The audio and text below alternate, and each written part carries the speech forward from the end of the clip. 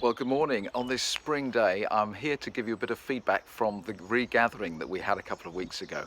Thank you, first of all, to all of you many of you who came to that on Zoom, of course. It was so good to see so many people there. And thanks too for the multiple prophetic feedback that we've had. Many of you putting things on the chat.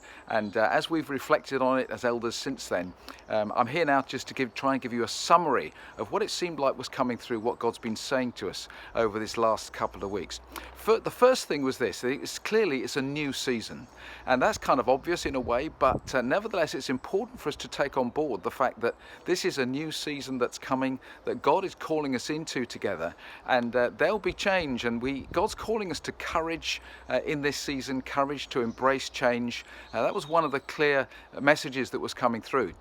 Not actually at the regathering, but separately we've had another prophetic word of a picture of a gardener digging up lumps of sods of grass which were really healthy and be well cared for and nurtured by the gardener in order to be replanted and then taken to thrive in another location. And it felt like God was saying something there again about courage for change and for us being open to what God wants to do with us as individuals and how he wants to lead us and to guide us. So let's be open to what that might mean for us.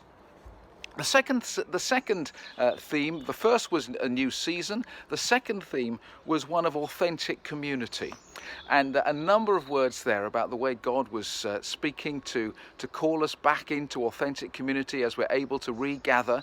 And to be family together, a picture of a dynamic family around a table and being inclusive as part of that. Because one of the other words was for us to be not a huddle but a hub. And that's the third theme. It's one of mission, God's heart to save the lost and to be calling us into that kind of movement that he's part of. One of the powerful pictures that was sent through was of us as a people moving like as if we were going to go across the Red Sea like Moses did. But actually, when we went into this sea, it turned out that it was a sea of people. And as it parted, the sea parted as we stepped into it.